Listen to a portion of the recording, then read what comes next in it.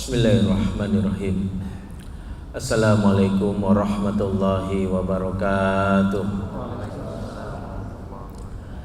Innal hamdalillah nahmaduhu wa nasta'inuhu wa nastaghfiruh wa na'udzu billahi min syururi anfusina wa sayyiati a'malina. Man yahdihillahu fala mudhillalah wa may yudlil fala hadiyalah. Asyhadu an la ilaha illallah wahdahu la syarikalah wa asyhadu anna Muhammadan abduhu wa rasuluhu la nabiyya ba'dah wa la haula wa la quwata illa billahi wa ba'd. Ikhwatal iman, a'azakumullah jami'an. Bapak-bapak dan juga ibu-ibu, calon bapak dan calon ibu, saudara-saudariku semua yang insyaallah dimuliakan Allah Subhanahu wa taala. Segala puji bagi Allah, siang hari ini diperkenankan kita untuk bisa hadir di dalam majelis yang sejatinya kebutuhan dasar kita, yang menguatkan ruhiyah kita, bahwa ruhiyah ini bagian dari jiwa, dari diri manusia yang butuh asupan. Sebagaimana akal butuh asupan akan yang namanya membaca, berdiskusi, fisik butuh asupan yang namanya makanan, suplemen, bahkan minuman dan yang lainnya. Begitu juga dengan ruhiyah. Ruhiyah ini bagian dari diri manusia yang sejatinya memiliki kebutuhan. Dan asupan ruhiyah itu adalah yang namanya nasihat, tausiah, majelis iman, yang sejatinya kalau kita tidak penuhi kebutuhan ruhiyah ini, maka ruh ini akan mati. Awalnya sakit. Indikasi ruh sakit itu apa?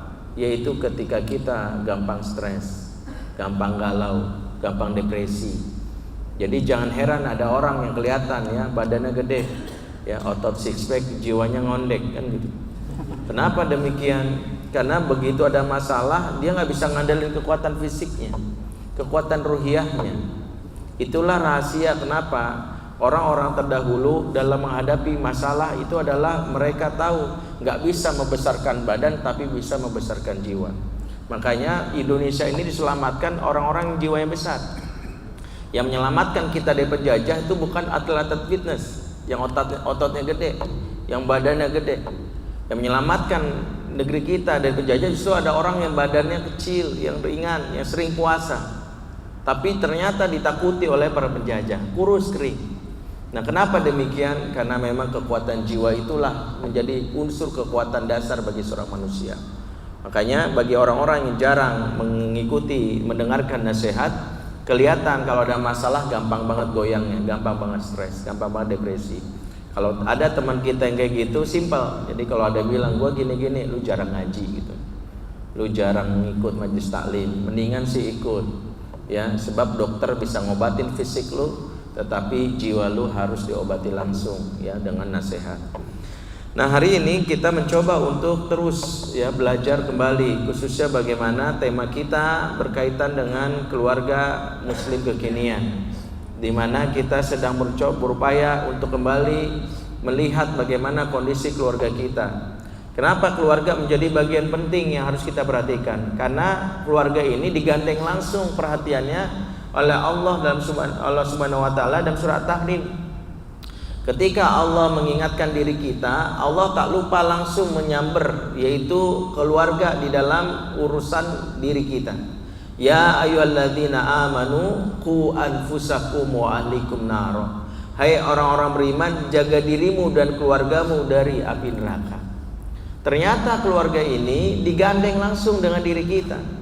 Allah tidak bilang jaga bosmu, jaga temanmu, jaga sahabatmu, jaga misalnya tetanggamu, jaga negaramu, jaga tanah airmu gitu, jaga presidenmu. Tidak, keluarga. Bahwa perhatian antara diri kita dan keluarga digandeng sebagai sebuah perhatian penting bahwa tidak boleh kita sepelekan. Makanya dalam berbagai riwayat kita ketahui indikator kebaikan seseorang tidak bisa diukur dengan pialanya di rumah, penghargaan dari pemerintah, jabatannya di dalam sebuah institusi. Dia mungkin mendapatkan predikat sebagai the best karyawan terbaik, tapi bisa jadi di sisi Allah dia buruk. Apa yang bisa disebut indikator kebaikan seseorang? Rasul menyebut indikatornya khairukum khairukum li ahlikum. sebaik-baik kamu yang paling baik sama keluargamu. Artinya apa? Mau kita mungkin nggak lulus sekolah, mau kita bisa jadi ada yang mungkin kerjaannya maaf hanya office boy, hanya mungkin kerjaan-kerjaan cuci-cuci, bersih-bersih, bahkan bisa jadi ada orang yang tidak memandang kita karena pengangguran. Tetapi kalau kita terbaik perlakuan kita terhadap keluarga kita, justru kita adalah lelaki yang terbaik di sisi Allah. Jadi bukan karena status sosial kita. Bahkan seseorang yang ngakunya maaf presiden, dia mungkin direktur utama sebuah perusahaan, dia mungkin seorang yang dimiliki status sosial terpandang, tetapi buruk perlakuan sama keluarganya, dia sejatinya orang yang hina. Orang yang hina. Maka keluarga ini menjadi indikator kesuksesan hidup, indikator kesuksesan status sosial seseorang di sisi Allah Subhanahu wa taala. Maka itulah kenapa dalam sebuah riwayat Umar bin Khattab sampai-sampai memberikan sebuah gambaran bagaimana ketika dia menseleksi calon gubernur yang akan ditunjuknya di sebuah negeri. Jadi Umar disebutkan dalam kitab Hasan Fulaiful, penulisnya Tarikh Umar bin Khattab, ya judulnya. Dia ceritakan bahwa ada seorang cagup yang akan ditugaskan ke sebuah negeri. Jadi Umar melakukan fit and proper test kepada cagup ini. Maka masing-masing cagup ya dites. Ada satu cagup yang Umar melihat dari sisi potensi luar biasa, ilmu manajemen yang nggak diragukan, kepemimpinan yang tak diragukan. Sampai kesimpulannya kata Umar, dia layak jadi gubernur yang akan saya tunjuk di sebuah negeri. Singkat kata, Umar pun mengambil pulpen, mengambil pensil, kolam dan juga kertas untuk dia tuliskan SK. Maka dia izin ke belakang. Saat Umar hendak ke belakang ke bilik atau kamarnya, tiba-tiba anaknya masih kecil dari istrinya yang ketiga memanggilnya. Abi gitu, langsung minta dipeluk dan minta digendong di bahunya. Umar bin Khattab yang kita kenal sahabat yang keras, tegas. Bagaimana profil Umar ini kita ketahui ya. Bahkan ya kuntil anak aja kalau melihat Umar takut kan gitu. Ya pocong kalau lihat Umar dia melipir gitu, Umar gitu ya, pocong. Umar tuh keras tegas, tapi begitu anaknya meminta digendong, Umar langsung menggendong di bahunya. Kemudian dia pun mengajak bermain kuda-kudaan, dan pemandangan ini dilihat oleh cagup tadi. Dia heran, dari berkejauhan dia lihat, ini presiden saya, ini presiden saya, ini Amirul Mukminin. Heran, Umar yang keras kok seperti bocah main dengan anak kecil. Selesai anak itu tiba-tiba dia dibawa yang namanya ke kamarnya. Umar pun membawa SK tersebut. Singkat kata, bertanyalah cagup ini kepada Umar melihat pemandangan yang dianggap aneh tadi. Al-aibta ya Amirul Mukminin, Anda main dengan anak Anda wa Amirul Mukminin. Ya, makanya Umar bertanya balik, memangnya situ nggak pernah main sama anak sendiri? Maka dengan diplomatis cagup ini bilang, maaf ya Amirul Mukminin, saya ini nggak sempat main sama anak saya karena saya sibuk mengurus urusan umat. Ya, coba perhatikan jawabannya kan kelihatannya bagus ya. Saya nggak sempat main sama anak saya karena saya sibuk ngurus urusan umat. Umar yang mendengar jawaban ini bukannya senang malah marah. Kemudian dia sobek SK yang mau diberikan. Apa kata Umar kepada lelaki ini? Jangan kamu katakan kamu peduli sama rakyatmu kalau orang yang terdekat denganmu saja tak pernah merasakannya. Wa atidal qurba haqqahu, berikanlah hak khususnya kepada kerabat terdekat. Al-Isra ayat 26. Inilah salah satu gambaran kebaikan seseorang. Umar sampai memberitahu, ente ngakunya peduli sama rakyat kecil, ente ngakunya peduli sama tetangga, ente ngakunya peduli sama orang banyak, tapi keluarga sendiri diabaikan, omong kosong. Karena semestinya pribadi yang baik, kebaikannya yang pertama kali dirasakan orang terdekatnya. Tanya istri-istri baginda Rasulullah, siapa itu Muhammad? Maka semua akan bersaksi demi Allah, dia lelaki terbaik, suami yang baik, suami penyayang. Tanyakan kepada anak-anaknya, siapa itu Muhammad? Pasti semua akan menjawab, ayah yang terhebat, ayah yang luar biasa, ayah yang peduli. Tanyakan kepada pembantu-pembantunya, siapa itu Muhammad? Semua bersaksi, majikan yang kasih sayang, majikan yang baik, majikan yang oke punya, majikan yang luar biasa. Semua bersaksi. Maka kalau kita ingin mengetahui nilai kita di hadapan Allah, tanya orang terdekat kita. Jangan sampai kita dipuji oleh masyarakat tapi buruk di mata keluarga sendiri. Istri ditanya, suami ibu orang gimana? Pelit banget, ngasih nafkah setahun 50.000 gitu. Gue beliin aja kalender kan gitu. Kalender kan 50.000 buat setahun. Anak ditanya, bapak gimana? Dia mah anak tetangga diperhatiin. Ya. Kebetulan tetangga umurnya 19 tahun kan gitu ya. Perhatiin ya. Anak sendiri cuek banget. Ini banyak. Hal-hal seperti inilah yang membuat akhirnya role keluarga kita, keluarga muslim Indonesia ini dalam keadaan yang bangkrut. Bahkan kita boleh dibilang kita ini masuk dalam perangkap syaitan. Di mana setan ketika bersumpah akan menggoda manusia, strategi pertama setan merusak manusia itu ternyata keluarga. Dan ini sesuatu yang kadang kita abaikan. Dalam sebuah hadis misalnya diceritakan bagaimana iblis ya, sebagai pimpinan setan mengumpulkan pasukannya di atas singgasananya di atas air. Ya, disebutkan dalam hadis riwayat Muslim. Ya, iblis kumpulkan pasukannya di atas singgasananya di atas air. Kemudian dia bertanya kepada masing-masing setan. Nah, jadi iblis ini kumpulin semuanya ya di atas. Ya, ini sejenis rakor. Ya. Di iblis aja tuh rakor luar biasa. Ya. Makhluk yang istiqomah salah satunya iblis. Dia punya deadline. Pokoknya sebelum hari kiamat banyakin pengikut. Makanya nggak pernah iblis cuti. Gitu. Ya, desersi nggak ada, tobat nggak ada. Pokoknya sungguh-sungguh dia. Makanya nggak ada istirahat ya. Liburan ke puncak sebentar apa nggak ada. Kalaupun ke puncak godain orang juga kan gitu ya. Jalanin tugas. Jadi iblis tuh dimanapun berada dia jalanin tugas. Saat itulah iblis mengumpulkan pasukannya, ditanya, "Madza fa'altum?" Apa yang telah kamu kerjakan? Kamu sudah melakukan apa? Maka satu setan berkata, "Fa'altu kadza wa kadza." Saya sudah melakukan ini dan ini. Maksudnya diceritakan amalan-amalan dia, mulai dari saya menggoda manusia berbuat zina, mabuk-mabukan, judi dan sebagainya. Ternyata iblis gak puas dengan laporan ini. Kalau menurut sebagian orang ini udah hebat setan ini. Sebab ada orang berzina, berjudi, sebagainya. Apa kata iblis? Ma sana'ta syai'an. Itu mah masih kecil. Apa yang kamu lakukan tuh masih kecil. Nah begitu ada satu setan bercerita, duhai pimpinan, duhai iblis, saya telah merusak keluarga manusia. Suami menggugat, menceraikan istrinya. Istri menggugat cerai suaminya. Maka keluarga mereka pun berantakan. Maka iblis terkesima dengan laporan anak buah itu, diminta duduk di sampingnya sebagai penghormatan. Apa kata iblis kepadanya? Ni'ma anta, ni'ma anta, ni'ma anta. Kamu hebat, kamu luar biasa, kamu pasukanku yang terbaik. Sehingga dari sisi inilah kenapa Ibnu Taimiyah dan Majmu'ul Fatawanya menyimpulkan prestasi terbesar setan dalam menggoda manusia adalah merusak keluarga.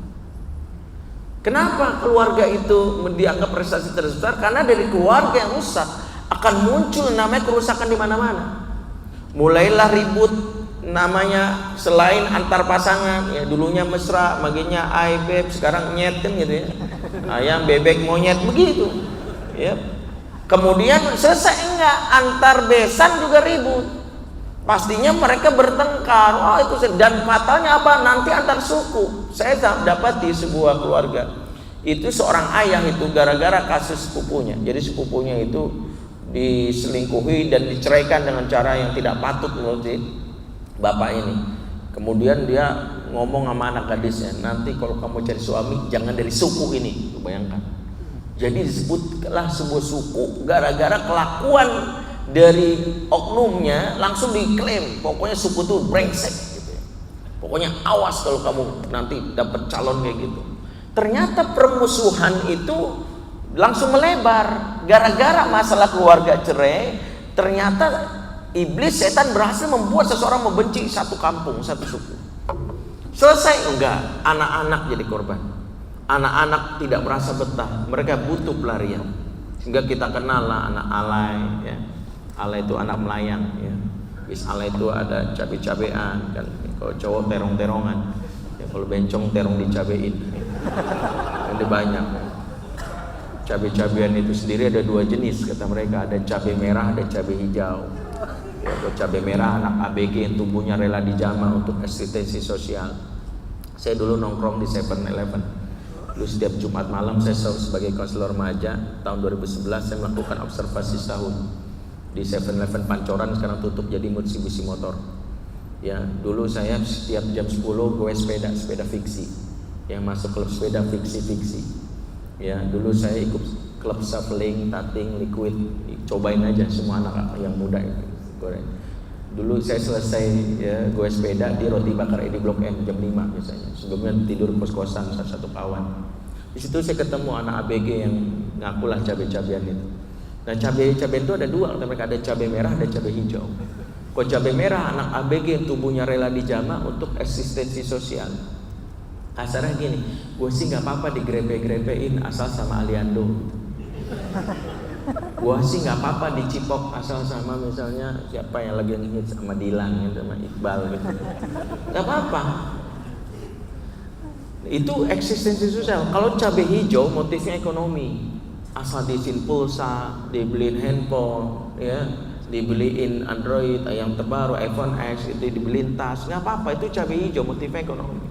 Nah, habis cabai-cabean ini kan muncul namanya jamur. Jamur tuh janda di bawah umur. Ya. Kenapa? Karena mereka habis berhubungan bablas, ada yang hamil luar nikah, dipaksa nikah kan. Umur pernikahan mereka cuma bertahan 2 tahun, rusak lagi keluarga mereka. Enggak sampai 2 tahun 2 bulan diceraiin. Akhirnya si cewek berpikir untuk menghidupi dirinya jadi jamur, janda di bawah umur. Habis karena jamur akhirnya jadi jagung bakar. Cabai tanggung baru mekar kan gitu ya.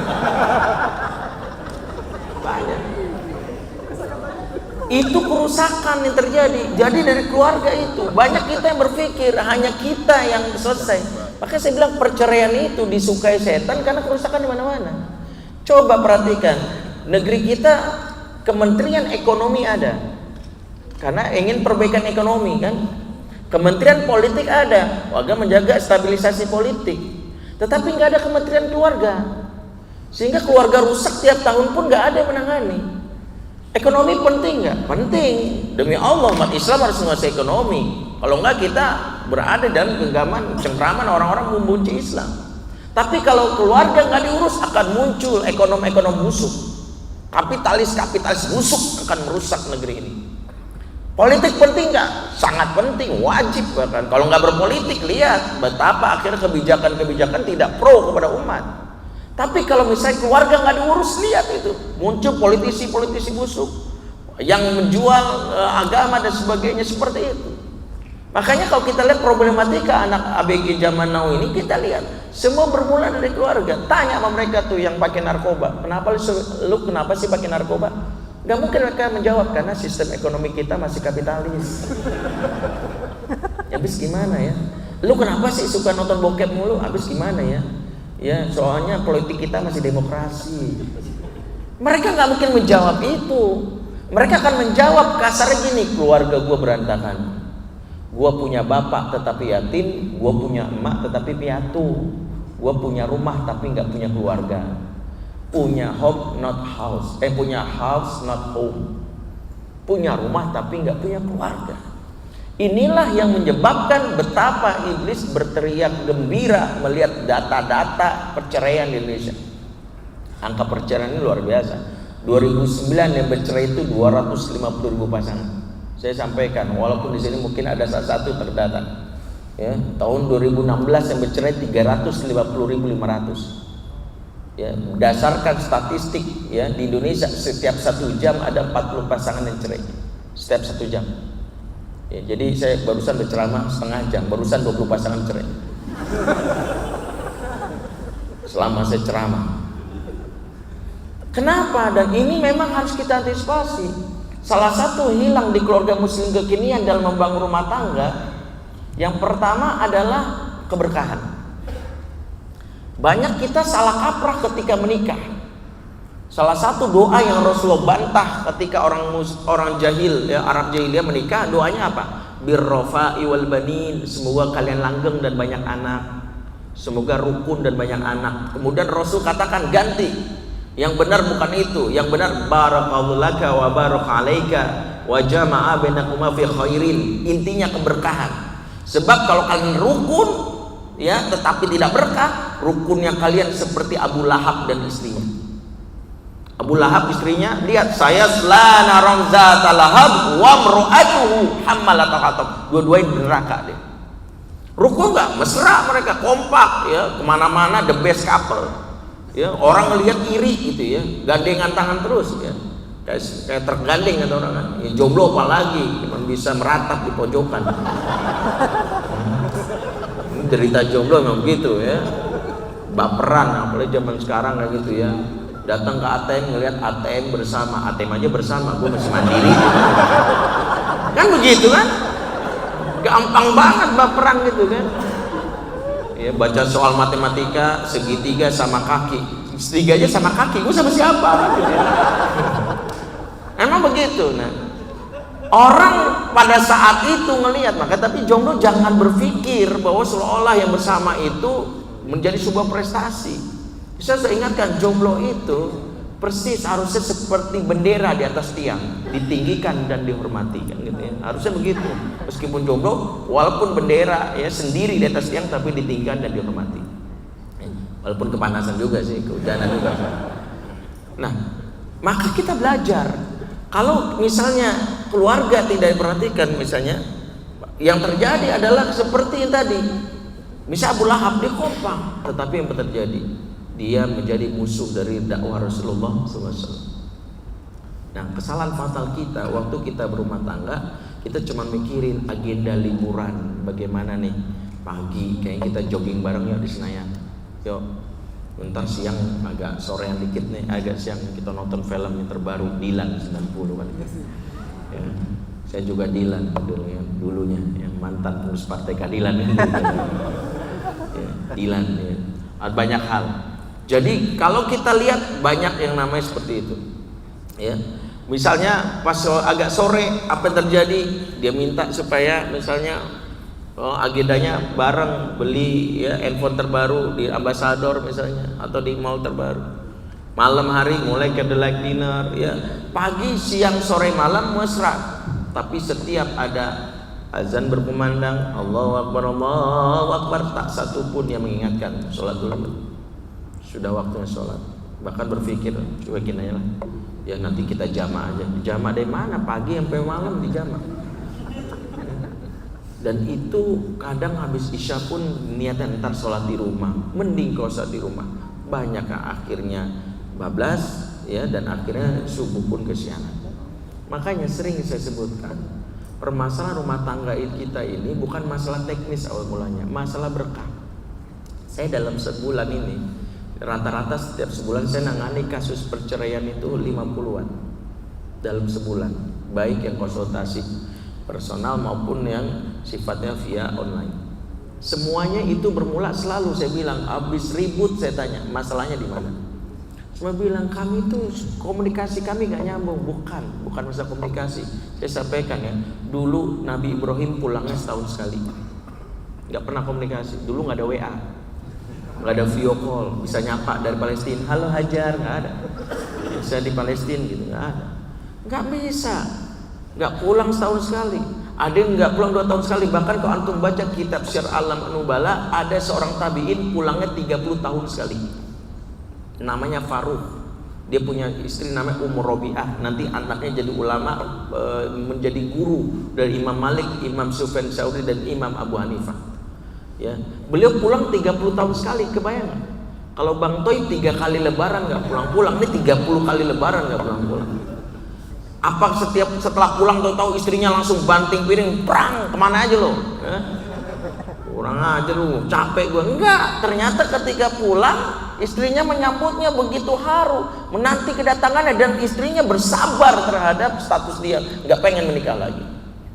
Kenapa? Karena di saat dia jauh dia menjaga diri, menjaga keluarganya. Maka nanti bukan komunikasi masalahnya. Nanti kalau di sini ada masalah keluarga komunikasi, saya bilang saya bantah, bukan komunikasi. Yang kedua masalahnya apa? Masalah ekonomi enggak juga. Sahabat Rasulullah ada yang makannya 3 hari sekali, diboikot waktu masa Amul Munqata'ah. Kan pernah sahabat Rasul itu diboikot. Mereka ada yang tidak makan hanya daun-daunan, bahkan ada yang sehari ngasih nafkah airnya cuma segelas air. Deh, nafkah hari ini segelas air. Sampai istrinya kembung. BSR gitu ya. Ketika istrinya pipis tanpa sengaja air pipis itu kena bekas kulit kambing kurban beberapa waktu yang lalu, maka seperti melihat dapat harta karun, langsung dibersihkan dari najis. Bekas kulit kambing ini pun dibakar kemudian dimakan buat satu keluarga untuk beberapa hari untuk mengajar perutnya. Ada yang gugat cerai? Nggak ada. Apa? Kenapa? Ada rusak rumah tangga. Perhatikan hadis yang disampaikan Rasul dari kitab Shahihut Targhib. Imam Ahmad mengatakan, Rasul memulai hadis ini dengan sumpah. Kalau Rasul sudah memulai sebuah hadis dengan sumpah, ini saking pentingnya sebagai perhatian kita. Kata Rasul, walladzi nafsu Muhammadin biyadihi, demi zat yang jiwa Muhammad ada dalam genggamannya. Demi zat yang jiwa Muhammad ada dalam genggamannya. Ma tawada ithnani fafurriqu bainahuma. Tidaklah dua insan yang saling mencintai kemudian terpisah, kemudian Allah pisahkan, kemudian Allah jauhkan, kemudian akhirnya bercerai, kemudian akhirnya enggak tegur-teguran. Kenapa? Illa bidzambin yuhdisuhu ahaduma, kecuali karena dosa salah satu di antara mereka. Berarti kalau ditanya apa penyebab perceraian, ada dosa di antara kita, baik aku atau kamu. Makanya istighfarlah cara terbaik memperbaiki keluarga. Lihat Adam dan Hawa waktu di surga, kompak mesra. Kemudian iblis menggodanya. Apa yang goda iblis? Mereka memakan buah terlarang. Dan ini salah satu jebakan iblis. Iblis itu gampang memanipulasi istilah. Ya, pohon yang Allah larang itu, kata iblis, hadhi sajaratul khuldi, ini pohon kekekalan. Maka Adam terpesona. Oh iya, ini pohon kekal ya. Akhirnya apa? Oh ya, kalau pohon kekal berarti kalau makan buahnya kekal. Makanya Adam terpesona. Akhirnya Adam makan buah terlarang itu dan akhirnya Allah murka. Tipu daya iblis dari masa ke masa begitu, memanipulasi istilah. Banyak sekarang, misalnya aslinya dukun disebut penasehat spiritual. Lu datang ke dukun, enggak, penasehat spiritual. Ya, sebenarnya dukun. Aslinya judi disebut undian berhadiah. Aslinya riba disebut bunga. Jujur aja, enggak ada bank nyebut riba 5%. Enggak ada. Cari mati, ya. Ya. Nggak ada kan, riba sebenarnya ya, biarin sakit hati deh. Habis ini nggak diundang lagi, bodoh amat sekali aja deh. Banyak kasusnya. Sama aslinya selingkuhan disebut beradik kakak angkat, pret. Saya bilang, aku tuh nanggap kamu kayak adik sendiri, pret. Yang namanya bukan mahram, akhirnya bablas. Akhirnya apa? Awal mula curhat, ujungnya syurhot, kan gitu ya. Ini yang terjadi. Makanya kenapa iblis itu pintar. Nah, perhatikan, ketika iblis menggoda yang namanya Adam, akhirnya Adam makan terlarang dan dia terbuang di surga kan, dipisahkan oleh anak dedek dan istrinya. Adam di India, Hawa di Arafah. Perhatikan nih, satu di India, satu Arafah, terpisah mereka. Berapa lama? Ada riwayat mengatakan 40 tahun, riwayat lain mengatakan 80 tahun. Waktu mereka terpisah, inilah salah satu sebabnya. Mereka terpisah atau karam rumah tangga mereka semua bermula dari mana? Karena satu dosa, yaitu salah makan. Makanya jangan sepelekan salah makan. Ujung-ujungnya nanti ke keluarga kita. Karam rumah tangga bermula dari harta haram atau makanan haram yang kita nafkahi ke keluarga kita. Pasti ada masalah. Apakah ketika mereka terpisah kemudian Adam berdoa, ya Allah satukanlah cinta kami kembali, aku kangen Hawa? Tidak. Mereka berdoa, Rabbana zolamna anfusana wa illam taghfir lana wa tarhamna lanakunanna minal khasirin. Intinya adalah mereka menyadari bermula dari dosa lah kami terpisah. Karena itu akui diri dulu. Akui dulu, iya ya Allah, harta kami banyak haram, kami banyak melakukan sesuatu yang kau larang, sholat kami berantakan, nggak pernah baca Quran, bangun kesiangan, banyak. Akui dulu, nggak usah bilang langsung ini, nggak pengen satu dulu. Makanya awal mula petaka rumah tangga di negeri ini cuma satu, keluarga itu nggak berkah.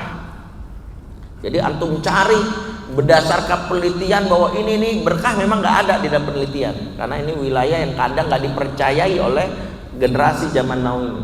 Tapi justru itu pangkalnya, pangkal masalah rumah tangga itu nggak berkah. Makanya kenapa keluarga yang menjauhkan diri dari keberkahan pasti bermasalah. Hartanya haram, bangunnya suka kesiangan anak-anak kita. Saya ini karena konselor remaja, saya menangani anak remaja mulai dari yang candu bokep, mulai gay, lesbi. Ya. Dulu saya ngisi pengajian khusus kaum gay, tapi jangan suzon ya, saya normal. Ya. Jangan ada yang bisa macam Ustaz itu nomor handphone ogah gitu ya.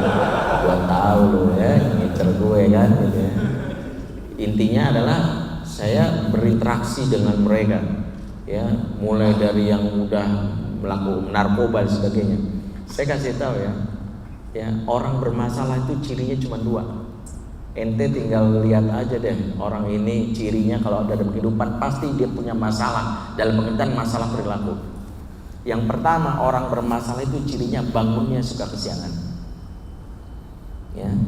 Yang kedua, lama di kamar mandi. 2 itu aja ente periksa, udah itu orang tuh bermasalah dia dalam hidupnya. Mau masalah itu bisa jadi dia pecandu game kah, mau dia pecandu film bokep kah, mau dia dibilang narkoba kah, pasti 2 ini ada di mereka. Kenapa bangun suka kesiangan? Sebab orang bangun suka kesiangan hidupnya pasti nggak berkah. Rasul mendoakan umatnya khusus bagi yang bangun pagi. Allahumma barik li ummati fi bukuriha. Ya Allah, berkailah umatku di pagi harinya. Makanya siapa yang rajin bangun pagi hidupnya berkah. Rahasia menjaga rumah tangga itu jaga bangun pagi, jangan ada tidur lagi. Perempuan juga gitu. Jangan ada yang tidur ba'da subuh, karena itu waktu ghanimah kata Ibnu Qayyim. Rampas kita ambil itu. Kalau mau tidur capek-capeknya ba'da syuruk, pas duha silakan, tapi saat pagi jangan. Ya, khususnya ba'da subuh. Ya, ibu-ibu terutama, ya jangan sampai alasan yang semalam capek Ustaz, terus ini kita tidur lagi. Jangan. Ingat, wanita yang rajin bangun pagi ibarat bidadari. Tapi kalau tidur lagi, bidadari gagal audisi. Yang kedua, lama di kamar mandi. Inna hadhil hasyusha muqtadarah. Sesungguhnya toilet dan kamar mandi tempat yang paling banyak dikunjungi jin dan syaitan. Antum membiarkan diri berlama-lama kamar mandi, antum membiarkan syahwat antum digoda oleh jin dan syaitan. Afan. Saya lihat jam tangan saya barusan mati nih, gaya-gaya doang. Ya, jadi pas saya ngeliat, wah mati lagi, saya belajar dari handphone. Ya, baterainya kayaknya. Jadi 2 ciri itu. Pertama, bangun siang, kedua lama di kamar mandi. Dan berdasarkan berapa kali saya tangani, saya perbaiki orang di situ dulu. Ada seorang security datang ke saya, ini masa rumah tangga, nangis dia. Ustaz, istri saya gugat cerai Ustaz, ya Allah saya pengen banget Ustaz bantu saya gitu. Baru kali ini saya ngeliat security cengeng, nangis dia. Terus saya bilang, kenapa istri gugat cerai saya? Katanya suami yang kaku, kasar, saya nggak romantis, dia sebel banget katanya sama saya yang kaya nggak dicuekin. Ya terus gimana? Dia sekarang kabur ngekos dia Ustaz, kebetulan kerja juga, dia ngekos di daerah Mampang. Ya, jangan ada yang ngejarnya ada di sini sih. Enggak sih, udah saya cek ya. Kemudian dia bilang, terus iya Ustaz bantu saya Ustaz gitu. Kan gitu ya. Terus apa yang udah antum lakukan? Saya udah belajar ke Ustaz, saya ikut seminar Ustaz, setiap kajian Ustaz, videonya saya download, ikut Ustaz-Ustaz yang lain saya ikutin. Saya mencoba untuk merubah diri saya Ustaz, saya mencoba romantis. Kemarin saya WA istri saya. Ya, kamu saya WA dengan puisi malah dibalas apa? Jijai. Kemudian saya bilang, ya terus gimana? Saya bingung Ustaz. Oke, saya tanya, bangunnya jam berapa? Terus dia nanya balik, maksud Ustaz? Iya, bangun paginya situ jam berapa? Saya kan security Ustaz, kadang tugas tuh sampai jam 2, sampai jam 3, ya kadang-kadang gitu, bablas Ustaz. Ya bangunnya ya jam 8. Terus sholat subuh nggak? Ya kadang sholat Ustaz, jam berapa? Ya jam 8. Saya bilang, itu sholat apa? Sholat duha pakai kunut. Dia diam kan. Terus mau nggak istri situ balik? Tanpa situ harus pelajari komunikasi romantis dan sebagainya. Mau Ustaz, demi Allah saya cinta banget Ustaz. Saya tahu saya salah, pengen saya perbaiki Ustaz. Baik, mulai besok bangun sebelum subuh, kemudian berangkat ke masjid, sholat di masjid, bukan di rumah. Ingat, lelaki soleh sholat di masjid, lelaki soleha sholat di rumah. Antum lelaki apa? Soleh Ustaz, iya di masjid. Kalau musafir baru boleh di rumah. Kemudian habis subuh jangan tidur, perbanyak Rabbana zalamna anfusana. Itu berapa lama? Sebanyak-banyaknya. Sampai kapan? Sebisa mungkin sampai syuruk. Setelah syuruk 15 menit ke syuruk, sholat isyraq. Setelah itu antum boleh lakukan aktivitas semuanya. Itu doang terapinya. Mau nggak? Mau berapa lama? 40 hari.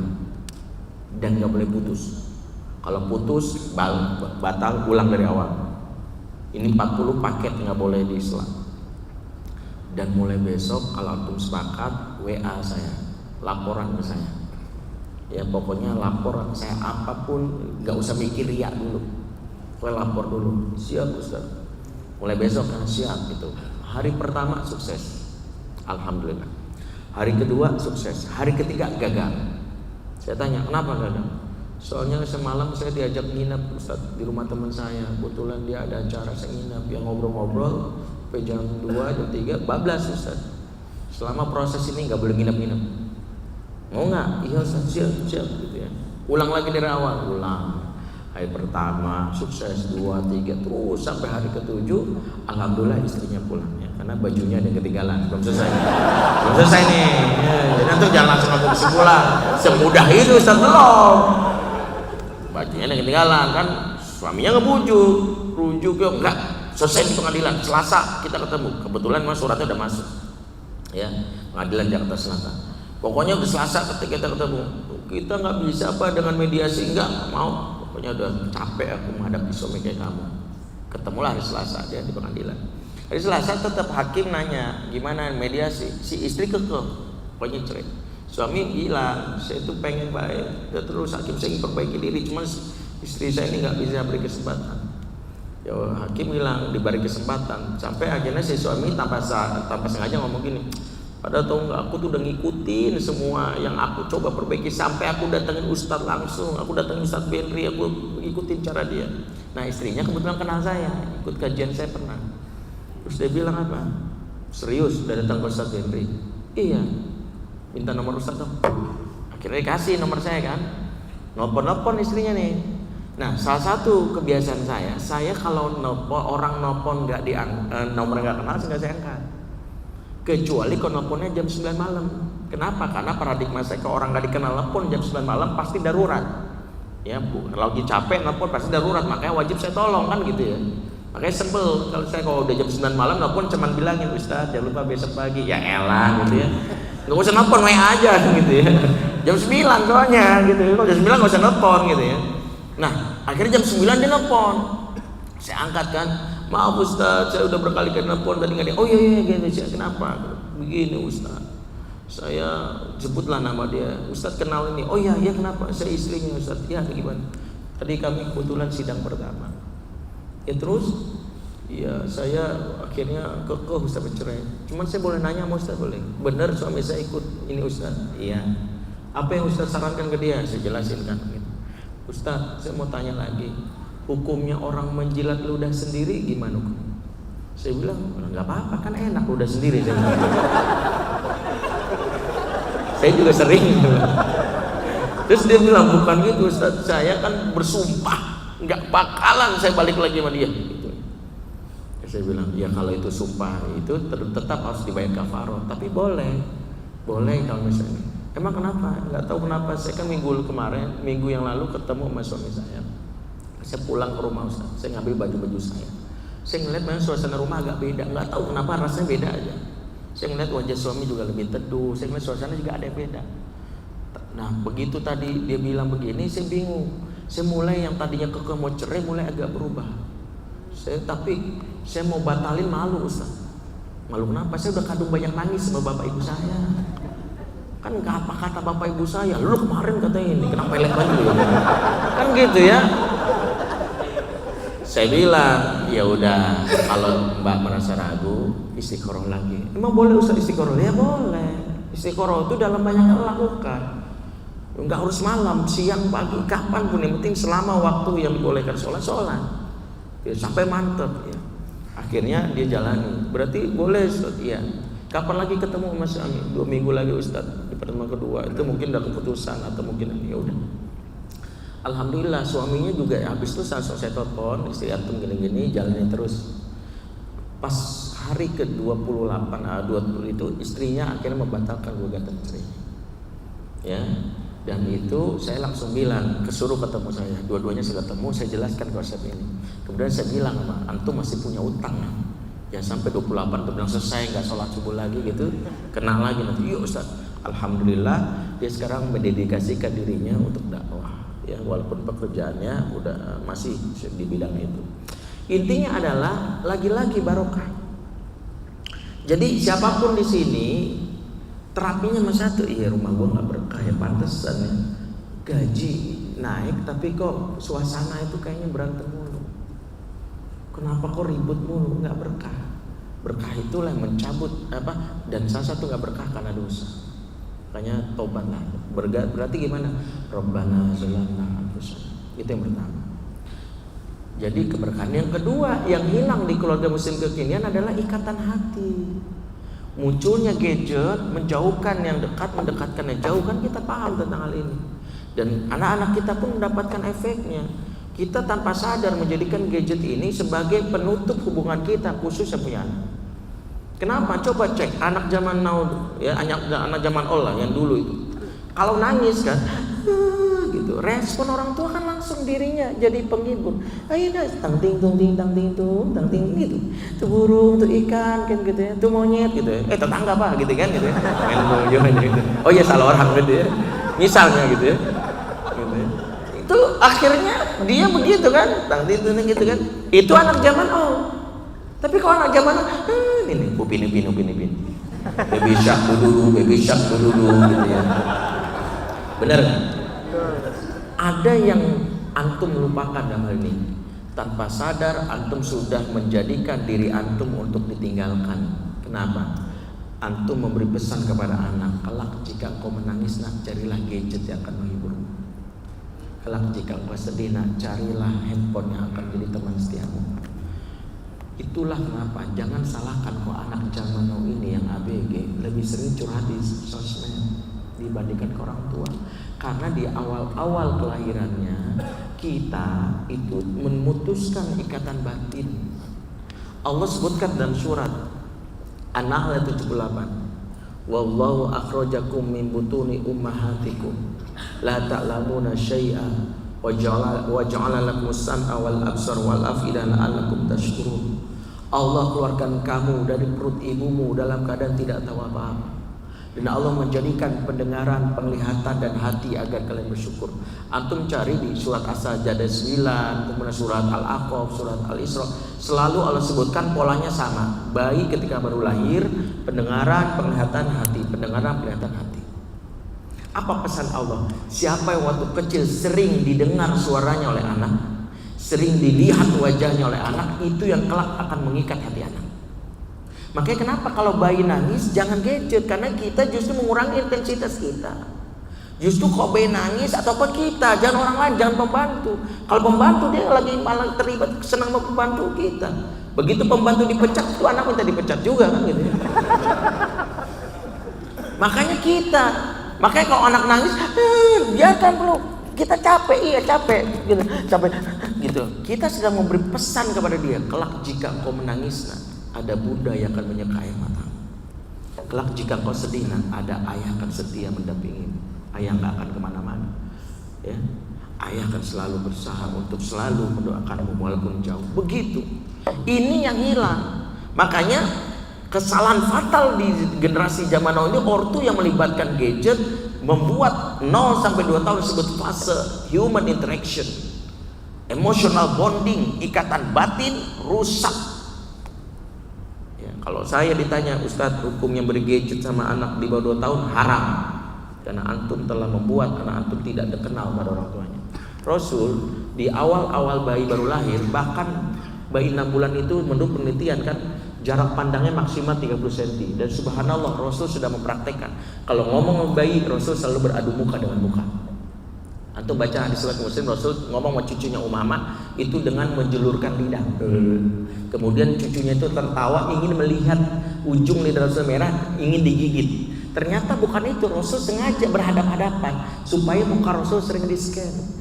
Efeknya adalah bayi yang dekat karena sering melihat dan mendengar suara kita, kalau sudah umur 6 bulan punya ikatan batin. Efeknya kalau sama mamahnya dia punya yang namanya ikatan batin sampai dewasa.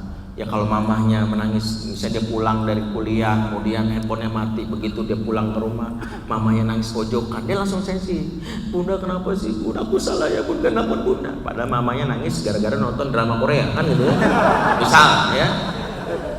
Dia sensi, dia langsung bunda kenapa maafin aku. Tapi yang terjadi hari ini, bundanya nangis, anak bilang bunda cengeng banget sih gitu doang aja nangis gitu ya. Ini kenapa terjadi? Satu, ikatan batin yang rusak.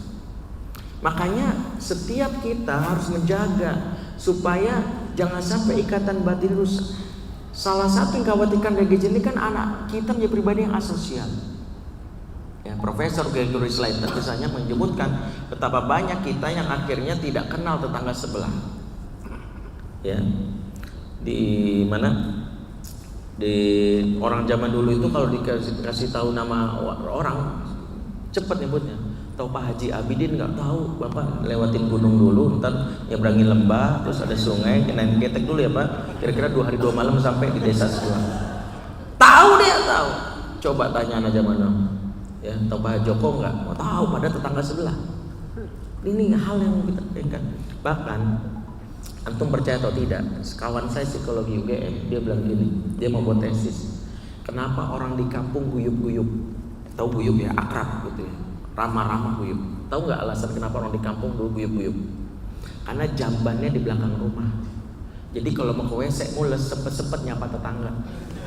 Ya bersih, kenapa terbatas? Bahkan udah di WC pun tetangga lagi BAB juga sebelah. Diajak ngobrol, situ semua nonton bola nggak? Nonton, pret gitu kan. Itu sebelah selesai cebok sempet ngobrol. Akhirnya iya nanti kita nonton barengnya begitu. Nah kata dia begitu sekarang WC sudah masuk ke rumah masing-masing, ya sudah mulai interaksi pertemuan mulai jarang. Ditambah lagi zaman now ini anak-anak kamarnya lengkap, ada wifi, kamar mandi privat, ya nggak keluar. Ini membuat apalagi suami istri masuk kamar, nah ini bahaya. Istri sibuk main gadget, suami juga sibuk urusannya, bahaya. Kita nggak punya ikatan hati lagi, nggak peka. Dan yang paling dikhawatirkan dari gadget itu adalah ini, kita menjadi pribadi yang rapuh, flighter. Saya sampaikan sebuah makalah yang saya ikuti kajiannya, seminarnya di Singapura. Gadget ini tanpa sadar menjadikan kita seperti raja, karena kita punya kerajaan sendiri. Ya, dimana kita bisa menentukan nasib orang lewat tombol yang namanya block. Left group, kalau update remove, unfriend, delcon dan sejenisnya. Kita update status Facebook, tiba-tiba nih komen nyebelin, gua blok, kan gitu. Ini sebel banget, lu orang sampah statusnya, beda pilihan politiknya sama gua, unfriend. Ini orang apa nih, sebel, pokoknya left. Ini grup isinya apaan sih, mencaci maki idola gua, left. Tanpa sadar kita dididik untuk menjadi pribadi yang flighter, suka kabur menghadapi masalah. Sehingga di dunia realitas begini, anak-anak zaman now ini masuk sekolah baru 2 minggu minta pindah. Bunda pindah, bunda udah bayar SPP-nya kok pindah? Nggak mau, pokoknya pindah. Kenapa sih? Saya gurunya jenggotnya cuma 11 lembar. Nggak nyambung, aku nggak suka gitu ya. Nggak nyambung. Masuk pekerjaan, maaf, gampang banget resign. Bos gue nyebelin, emang gue nggak bisa cari kerjaan lain, resign. 2 bulan resign, 2 bulan resign, 2 bulan resign. Atau tahu, karena kita tidak terbiasa untuk tough. Ya, pokoknya ada masalah flight. Saya waktu ngisi kajian di Freeport, ya selama 10 hari di ketinggian 4000 meter yang disebutkan laut, ada masjid tertinggi di Indonesia itu Al-Araf. Itu saya berhadapan dengan orang-orang yang saya tanya, udah berapa lama sini Pak? Udah 3 bulan Ustaz, udah 6 bulan, Masya Allah. Direktur Freeport itu bilang sama saya lagi ngerekrut karyawan baru Ustaz, ya sekitar 3000 karyawan baru. Dan saya menurunkan standarnya Ustaz. Kami gak mungkin mencari karyawan seperti angkatan kami yang siap ditempatkan di daerah pegunungan sampai 6 bulan. Biasanya nggak mau mereka. 3 minggu minta pindah. Efek di pekerjaan begitu. Efek di pernikahan ini yang terjadi. Nggak suka, cerai. Tapi saya udah nggak cinta lagi Ustaz. Masalah sepele cerai. Suami ngilangin Tupperware, cerai. Tupperware ku mana? Hilang, ya cerai. Kan kayak gitu. Istri pakai pensil alis kelamaan gitu, cerai gitu. Jadi kalau kita lihat masalahnya itu, makanya sering saya ingatkan, ya ini kode ya, saya udah tahu kode maju pasti, ya kode saya udah baca tuh cukup maju aja nggak usah pakai tulisan. Intinya adalah banyak kita yang itu gampang cerai, fatal. Ya, saya waktu pulang kampung itu ketemu sama nenek, masih ada kerabat gitu ya. Kerabat nenek saya ini dia umur 70 tahun, ya masih saudara lah ya. Suaminya umur 80 tahun sakit-sakitan. Nah, ini saya orang Padang, saya orang Minang. Ketika saya pulang kampung, saya dengar tuh si suami itu kalau manggil istrinya teriak-teriak mulu. Ina, mainlah, gitu. Sini, gitu. Tuh, kok dibuang. Ini apa nih? Buang. Udah lama kok, buang. Tuh, cari yang bikin lain. Yo, anan ketujuh jauh dah kan gitu. Apa yang paling enak, abang bikin. Intinya adalah diomelin-omelin mulu. Saya tapi mikir si istri cepat tetap ngelayaninnya biasa aja kan. Suatu saat lagi iseng-iseng ngobrol lama saya perhatikan itu, saya nanya, "Nek, boleh nanya nggak Nek?" "Boleh." "Nenek kayak cinta banget sama kakek ya?" Kata dia, "Apa? Emang cinta itu apa sih?" "Nenek ini nikah umur 14 tahun, dijodohkan. Ya, berarti kurang lebih pernikahannya 60 tahun ya. Pengantin veteran ya. Waktu nenek dijodohkan, almarhum bapak bilang begini, kamu nikah bukan cari suami, kamu nikah mencari teman sampai surga. Yang namanya teman, baiknya ada, buruknya apalagi, namanya juga teman. Makanya kalau temanmu itu berbuat salah, jangan langsung kau tinggalkan, perbaiki dulu. Ya. Kemudian berusaha agar bersama-sama melangkah ke surga. Tega sekali kau biarkan temanmu terlempar ke neraka, kau petantang-petenteng masuk surga sendirian. Makanya nenek belajar menikah itu bukan karena, tapi walaupun. Jadi karena itu sebelum, setelah nikah walaupun kamu bau, walaupun. Kalau kita kan karena yang hilang itu. Nah, yang hilang itu adalah kita terbiasa untuk meninggalkan fighter. Ada anak-anak zaman now kan dilatih, bunda ini rusak ganti, bunda ininya robek ganti. Kita nggak dilatih untuk bilang benerin dulu yuk, ini coba masih bisa. Harusnya gitu, jangan apa-apa buang-buang, karena karakter itu muncul dari situ. Saya terlatih dari dulu sama bapak saya, kalau bapak perbaiki dulu. Makanya saya itu punya handphone udah nggak kelihatan mereknya, layarnya gores-gores, dual SIM tapi nggak bisa ditelepon yang satu kan gitu ya. Istri saya tuh berapa kali komplain, gantiin apa? Bikin malu aja handphone kayak gini. Ganti yang bagusan dikit apa? Soalnya istri saya handphonenya terlalu terbaru kan. Saya bilang ya iPhone X beli kan gitu ya. Kalau bilang saya kan enggak. Gantiin apa? Handphone udah nggak jelas. Saya bilang kamu nggak tahu filosofinya. Handphone yang rusak aja aku pertahankan, apalagi kamu.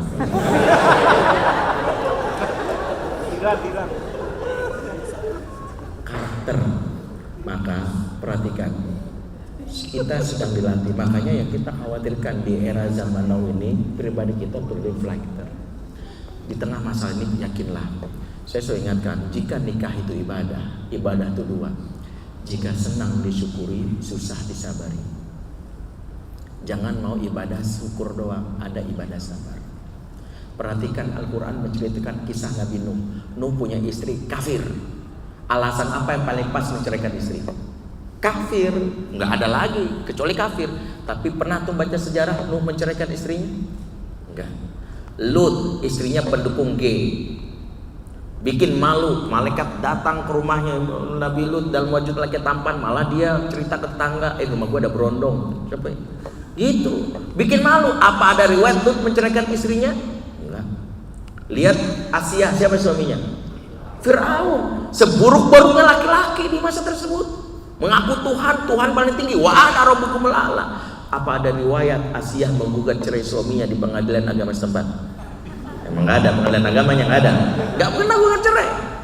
Zakaria istrinya apa? Mandul, tua pula, mandul tua. Logikanya dia kan bisa aja cari yang lain. Tapi antum nggak pernah baca kan Zakaria berdoa, ya Allah carikan aku daun muda yang seksi, yang gampang hamil, dicolek dikit anak 5 kan gitu ya. Semua di kisah-kisah Al-Quran inspirasi buat kita bahwa tidak ada yang namanya sesuatu yang sempurna. Makanya ketika cinta sudah memudar, komitmen kita perkuat. Karena cinta itu makhluk Allah yang akan datang dan pergi. Kalau lagi tiba-tiba menurun, komitmen sama Allah kuatin. Nanti tiba-tiba Allah munculkan lagi ikatan cinta. Wa allafa baina qulubihim, surat Al-Anfal ayat 63. Dialah Allah menyatukan hati mereka. Law anfaqta ma fil ardi jami'a ma alafta baina qulubihim.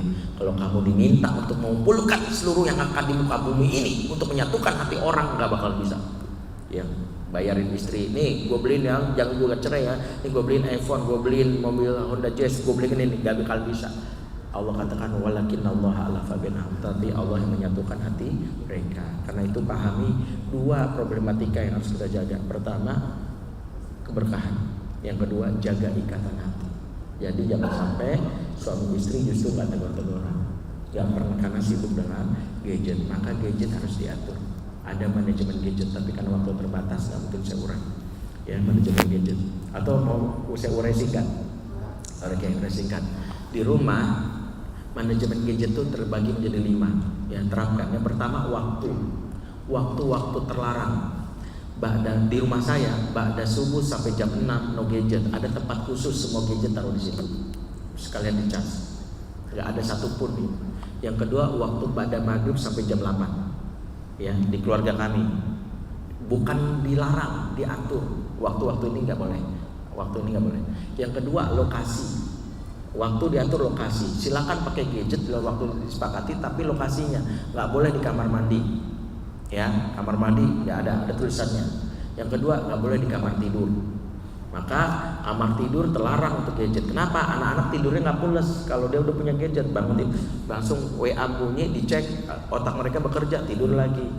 Ini membuat tidur mereka nggak berkualitas. Makanya taruh tempat khusus untuk gadget. Yang ketiga, durasi. Berapa lama paling lama pakai gadget? Total akumulasi seharian maksimal 3 jam. Jadi kalau hari pagi ini setengah jam, jangan sampai bablas terus-terusan. Ya. Yang keempat, isi atau aplikasi. Apa isinya? Ini kayaknya aplikasinya kebanyakan deh. Kamu udah punya Twitter, Instagram, Pad, apalagi jangan tambah lagi, ada Line, ada Telegram, ada ini. Pilih aja, jangan kebanyakan. Ya, kita nggak boleh eksis di semuanya itu. Pengen narsis banget kan nggak usah. Pilih aja 1 atau 2. Yang berikutnya situasi. Ada situasi yang harus kita sepakati. Pertama, makan bersama. Kalau makan bersama wajib taruh sita masing-masing. Ya, ini lagi makan bareng ya. Jangan sampai ada sebuah keluarga besar lagi bawa keluarganya, lagi makan bareng, pelayan datang, mereka pesan, setelah itu pelayan nggak ada, mereka masing-masing sibuk. Ya, kata istri saya, itu dia lagi rapat grup WA. Ya, lagi rapat di grup WA-nya gitu ya, padahal keluarganya di situ. Ini bahaya. Lagi makan. Yang kedua, lagi berbicara sama orang lain, rapat atau melayani tamu atau berbicara dengan tuan rumah, nggak boleh. Yang ketiga, lagi ibadah. Kalau ke masjid dekat dengan ini dan waktunya sebentar, nggak usah bawa gadget, ya, atau musola. Yang keempat, lagi naik kendaraan. Yang kelima, lagi liburan atau acara keluarga. Ini menjadi fokus yang harus kita perhatikan. Tapi waktu membatasi kita, afwan karena waktunya. Mungkin sesi tanya jawab saya serahkan kepada MC jika ada. Kalau tidak juga nggak, mungkin setelah ini bisa diskusi via WA saja. Aku lupa astagfirullah wa lakum subhanakallahumma bihamdik asyhadu an la ilaha illa anta astaghfiruka wa atubu ilaik. Wassalamualaikum warahmatullahi wabarakatuh.